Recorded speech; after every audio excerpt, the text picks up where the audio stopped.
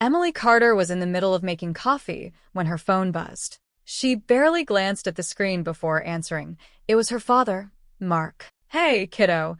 His voice was unusually casual, almost cheerful. "Listen, I wanted to tell you something before you found out on your own." Emily frowned, setting her mug down. "What is it?" "Well," he exhaled, still keeping that too casual tone, "you don't have to worry about that college fund anymore." For a second, she thought she misheard him. "Excuse me?" "The money, sweetheart. It's gone." She froze, gripping the phone tighter. "Gone." "Yeah, I had to use it," he said, like he was talking about borrowing a couple of bucks for lunch. "Had some debts to clear up. You know how life is." Her stomach dropped. The money he was talking about wasn't his, it was hers. "Dad," she said, her voice slow and controlled. "You mean my college fund? The one I worked 4 years to save?" He sighed dramatically. "Emily, I know you're upset, but you'll figure it out. You're smart. Besides, what's done is done. No point getting all worked up." She stared at the wall, her pulse pounding in her ears. This was the money she had spent years building: scholarships, part-time jobs, summer work. All of it was meant to pay for her final year of college. And now it is gone. "How much is left?" she forced herself to ask, even though she already knew the answer. Mark hesitated for half a second too long. "None of it, honey," he admitted, like it was nothing. "But don't worry, college is overrated anyway. Maybe this is a sign you should take a break, huh? Travel a little? Get some real-world experience."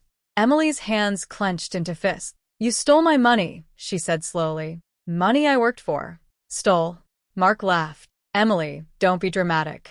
I had my name on that account, didn't I? That means it wasn't just yours." There it was, the excuse. Legally, he wasn't wrong. He had been the co-signer when she opened the account at 17, and even though she had put every cent into it, he technically had access. But morally, he had just stolen from his own daughter. "I can't believe you did this," she whispered. "Oh, come on," he chuckled. "You're acting like I ruined your life. You'll be fine. You've always been too practical for your own good." Emily's eyes burned, but she refused to cry. She wouldn't give him that satisfaction. Instead, she exhaled slowly, forcing her voice steady. "Well, good luck with that." Mark, mistaking her calm for acceptance, chuckled. "That's my girl. Always reasonable. Listen, I gotta run, meeting some friends for drinks. We'll talk soon, okay?" He hung up. Emily didn't move. Her father had just wiped out 4 years of work, and now he was off to have drinks. Her hands shook as she logged into her bank account. Balance, $0. Her breath hitched. It was really gone. She scrolled through the transactions, her stomach twisting with each one. $500 here. $1,200 there. A series of withdrawals over the last month, just small enough to avoid suspicion. He had been planning this. Emily's mind raced. Why didn't I check sooner? How could I have been so stupid? But no, this wasn't her fault. She had trusted him. She swallowed the lump in her throat and took a deep breath.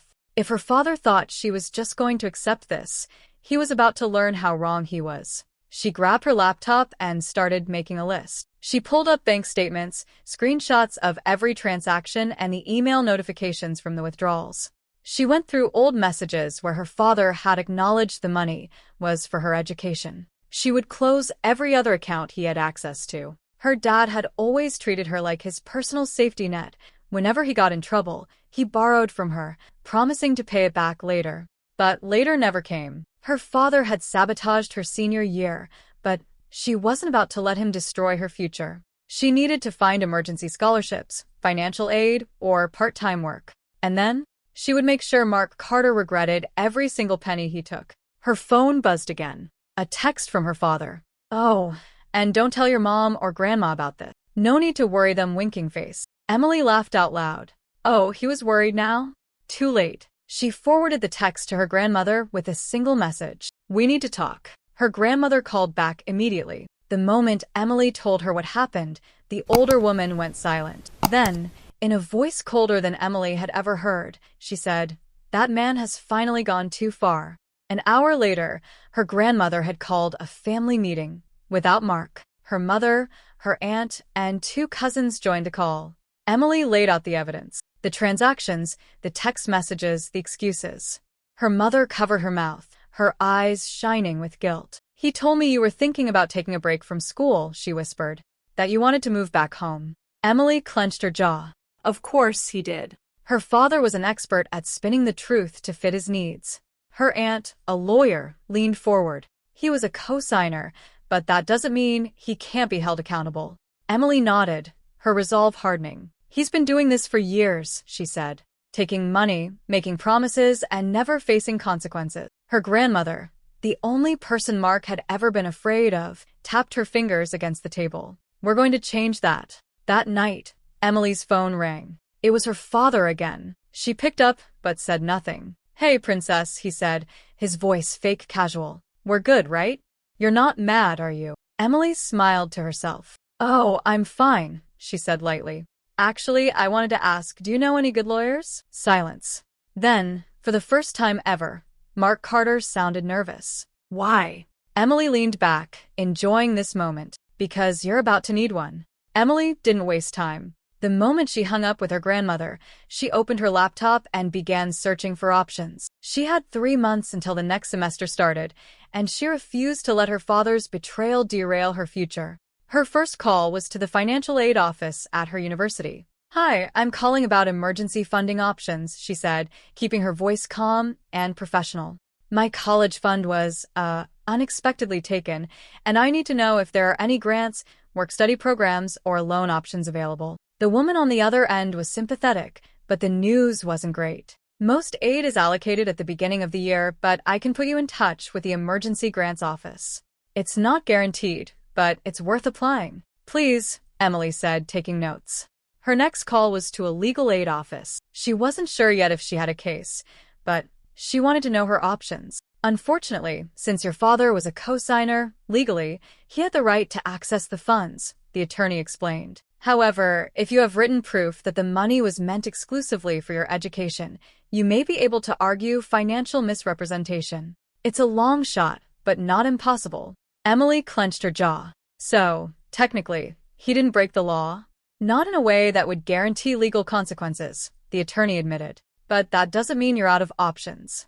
Emily knew exactly what that meant. If the law wouldn't punish him, then she would have to ruin him in a different way. By the next morning, her grandmother had already started making calls. At noon, Emily received a text from her mother. Mom, call me. Now. Emily took a deep breath and dialed. Her mother answered on the first ring. I can't believe he did this. Her voice was shaking.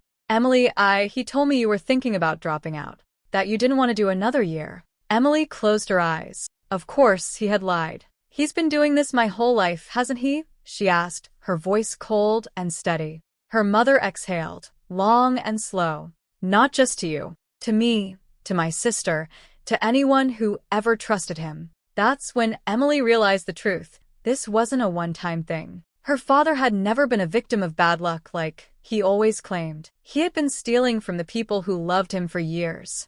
And he always got away with it. Until now. 2 hours later, Emily's grandmother called. The family meeting is set, she said. Tonight at 7. Be ready. Emily frowned. Family meeting? Her grandmother's voice was sharp. We're bringing everyone together. Without Mark. It's time we lay everything out. Emily's pulse quickened. This was moving faster than she expected. Are you sure? She asked. Her grandmother didn't hesitate. This is long overdue. That evening, Emily sat at her grandmother's dining table, surrounded by people who had once defended her father. Her aunt, Sarah, was there, Emily's mom's older sister, and the only lawyer in the family. Her uncle, Greg, who had always taken Mark's side in arguments.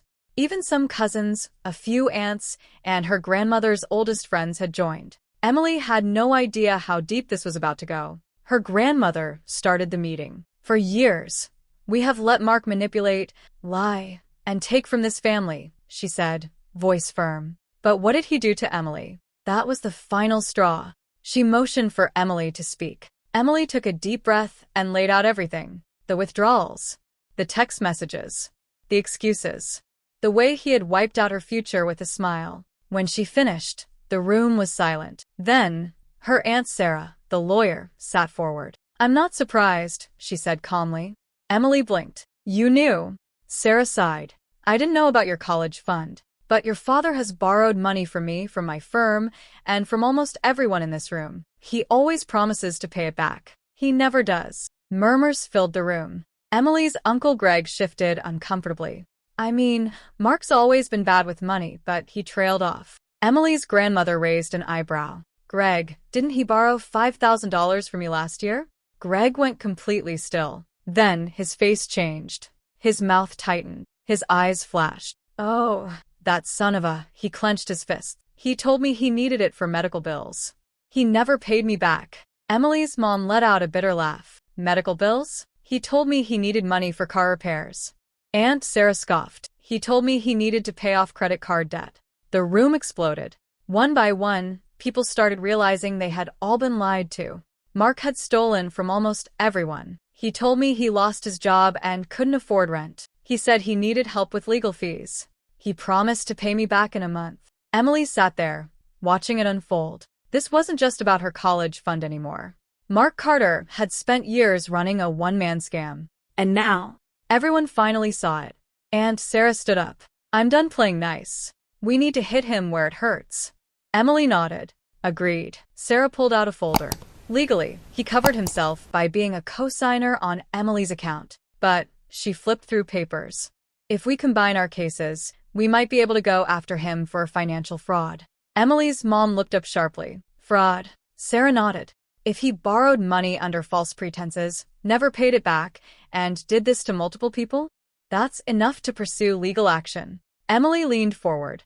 Can we force him to repay what he took? Sarah smiled coldly. We can do more than that. Emily's grandmother folded her hands. Then let's do it. Everyone in the room nodded. For the first time in his entire life, Mark Carter wasn't going to get away with it. Emily exhaled. He had no idea what was coming. Emily spent the next 2 days locked in her grandmother's study, surrounded by stacks of printed bank statements, saved text messages, and a growing list of names, each one belonging to a family member her father had scammed. Every financial hole he had dug, every broken promise, every lie. It was all there, documented in black and white. Her Aunt Sarah sat across from her, flipping through a folder of legal paperwork. We're going to hit him with a formal demand for repayment first, she said. If he refuses, we escalate. Emily nodded, eyes scanning the bank transactions one more time. How much does he owe in total? Sarah sighed. From what we've gathered, close to $70,000. Emily clenched her jaw. The sheer scale of the deception was staggering. She had thought it was just her college fund. But Mark had spent years stealing, manipulating, and taking advantage of the people who trusted him the most. I want him to feel what it's like, she said quietly, tapping her fingers on the desk, to wake up and realize everything he counted on is gone. Sarah smirked. Then let's get started. That evening, Emily's grandmother paid Mark an unexpected visit. He answered the door with a smirk, leaning against the frame as if he wasn't the most hated man in the family. Well, he said, crossing his arms. Did Emily send you to beg for her money back? Her grandmother didn't flinch. No, she said coolly. I came to warn you. Mark raised an eyebrow. Warn me. We know everything, she said. Every dollar you took. Every person you lied to. The family isn't going to cover for you anymore. Mark let out a laugh, short, sharp, and dismissive. So dramatic, Mom. Look, Emily's fine. She's a smart girl. She'll land on her feet. She shouldn't have to, her grandmother snapped, because you stole from her. Mark rolled his eyes, as if he were the victim here. It's not like I robbed a bank. What are you going to do, take me to court? Her grandmother smiled, the kind of smile that had sent shivers down his spine when he was a kid. That's exactly what we're going to do. Mark's smirk faltered. Oh, come on, he scoffed, but there was a nervous edge creeping into his voice. Her grandmother stepped forward. You've gotten away with this for years. Borrowing, stealing, lying. That ends now. Mark let out another forced laugh, shaking his head. You're all overreacting. No one's actually going to sue me. Her grandmother tilted her head. You really think so? His smile wavered. She turned and walked away, leaving him standing in the doorway, suddenly not as confident as before. By the next morning, Emily had done something she should have done years ago, closed every single account her father had access to. She transferred her savings to a new bank, one he couldn't touch.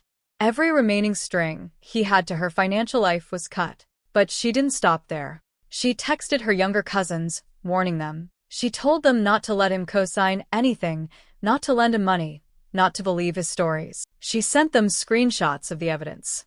Mark would never have access to another family member's money again. And then the final piece fell into place. The calls started rolling in. Mark, desperate, scrambling, realizing the entire family had turned against him. He tried to call his sister, only to be met with silence. He reached out to an old friend for a loan, denied. He texted Emily's mom, begging her to be reasonable. She blocked his number. One by one, his safety nets disappeared. For years, he had counted on manipulation, guilt, and deception to keep him afloat. But this time, he had nowhere left to run. Mark Carter had always been good at pretending. Pretending he was successful. Pretending he was generous. Pretending he had everything under control. But there are some things you can't fake forever. His first real wake-up call came when he tried to pay for drinks at a bar with his friends. The bartender swiped his card. Then again. Then one more time. Sorry, sir. It's declined. Mark laughed, shaking his head. Must be a mistake. He pulled out a second card. Declined. A third. Declined. A few of his friends exchanged glances. Someone cleared their throat. Mark felt heat rising in his face. He forced a chuckle. Bank must have flagged my account. Happens when you travel a lot. It was a terrible excuse. He wasn't traveling. Everyone knew he wasn't traveling. One of his friends, Darren, raised an eyebrow. Didn't you say you just joined a new investment firm? Mark nodded quickly. Yeah, big money in that. Just some temporary cash flow issues. But Darren wasn't buying it. Another friend sighed, pulled out his wallet, and paid the bill. Mark mumbled a thanks but felt his stomach twist. He knew what was coming next. By the end of the week, Mark's membership at the country club was revoked. The letter was polite, but the message was clear. They had noticed his missed payments and his overdue balance. It wasn't just the country club. His gym membership? Cancelled. His fancy credit cards? Maxed out. His business connections? Slowly backing away. It was amazing how quickly people distanced themselves when they realized you weren't useful to them anymore. Then came the worst part. His family turned against him first. That was bad. But his entire community finding out? That was disastrous.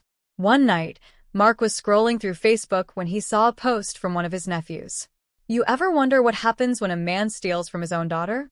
When he takes money from his family and never pays it back. When he lies to everyone who ever trusted him. Meet Mark Carter. Mark's heart stopped. The post had screenshots, bank transfers, text messages, even a short video clip from the family meeting where his entire extended family had discussed his scams.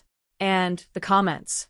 People weren't just angry. They were furious. I always thought he was shady. Now I know why. He borrowed money from my brother and never gave it back. This guy's a scam artist. Imagine stealing from your own daughter and thinking you'll get away with it. The post had hundreds of shares. Mark couldn't breathe. He clicked on his old business partners' profiles. Blocked. His friends from the country club? Unfriended. Even people he barely knew were commenting, dragging his name through the mud. His phone buzzed. A text from an old friend. Dude. What the hell did you do? Mark threw his phone across the room. For the first time in his entire life, he realized something. He wasn't in control anymore. The next morning, he called Emily. She let it ring all the way to voicemail. He tried again. Voicemail. Again. Nothing. He gritted his teeth and typed out a text. Emily, we need to talk. This is getting out of hand. She read it. Didn't respond. 5 minutes later, another text. Look, I know you're upset, but you don't have to ruin my life over this. Nothing. We can fix this. Just let it go. Still nothing. You're my daughter. Family doesn't do this to each other. That was the last straw. For years, he had played the family loyalty card. But now? It didn't work anymore. Emily sent one final text. You should have thought about that before you stole from me. And then she blocked him. Emily wasn't the type to dwell on setbacks. Her father had taken everything from her, but he hadn't taken her determination. The day after she blocked Mark's number, she walked into her university's financial aid office, took a deep breath, and laid everything on the table. She explained how she had spent years working and saving, only to have it stolen out from under her by a man who was supposed to protect her future. The woman across the desk listened carefully, her face shifting from sympathy to quiet resolve. Normally, funding this late in the year is impossible, she said. But I think we can make something work. And they did. Emily was awarded an emergency grant that covered part of her tuition. It wasn't enough to replace everything, but it was a start. She took on a part-time job at a local law firm, a connection through Aunt Sarah. It was intense, juggling classes, studying, and work, but Emily didn't care. Every hour she spent working was another step toward her independence. She would graduate on time. She would make something of herself. And most importantly, she would never, ever rely on someone like Mark Carter again. While Emily was building a future, Mark was watching his own fall apart. He had lost everything, his social standing, his money, and the trust of the people he had spent years manipulating. And he hated it. Desperate, he tried one last thing. He emailed Emily. Emily stood on the stage in her graduation gown, the weight of the moment sinking in. The applause from the audience faded into the background as she looked out at the crowd. Her grandmother was there, beaming with pride. Her mother clapped with tears in her eyes. Aunt Sarah gave her a knowing nod. Mark wasn't there, and she didn't care. This moment wasn't for him. This moment was for her. For the nights she had spent awake, scrambling to figure out how to salvage her future. For the hours she had worked at the law firm, balancing school and life, while her father ignored the destruction he had caused. For every time he had mocked her ambitions, every time he had told her she worried too much, every time he had dismissed her hard work like it meant nothing, she had done this without him. As she walked across the stage to receive her diploma, she didn't feel anger anymore. She felt victory. A month later, she packed her things into boxes, ready to move to her new city for the job she had landed on her own. She had been offered a position at a prestigious firm, one that paid better than she had ever imagined. She could finally afford the life she had dreamed of. No debt, no dependence, no one controlling her future but herself. The irony wasn't lost on her. Mark had tried to take her power away, and in doing so, he had made her stronger than ever. While Emily was thriving, Mark was falling apart. His friends had abandoned him. The people who used to greet him with smiles at the country club now ignored him in public. Nobody wanted to be associated with a man who had been exposed as a liar and a thief. His credit was wrecked. The financial safety nets he had relied on for years had disappeared. No one trusted him anymore. Even his usual excuses didn't work. For years, he had blamed bad luck, bad investments, or misunderstandings. But this time, everyone knew the truth. Even the people who had once defended him refused to answer his calls. He had burned every bridge. And now, he was alone. Emily was settled into her new apartment when she saw the text. Mark Carter.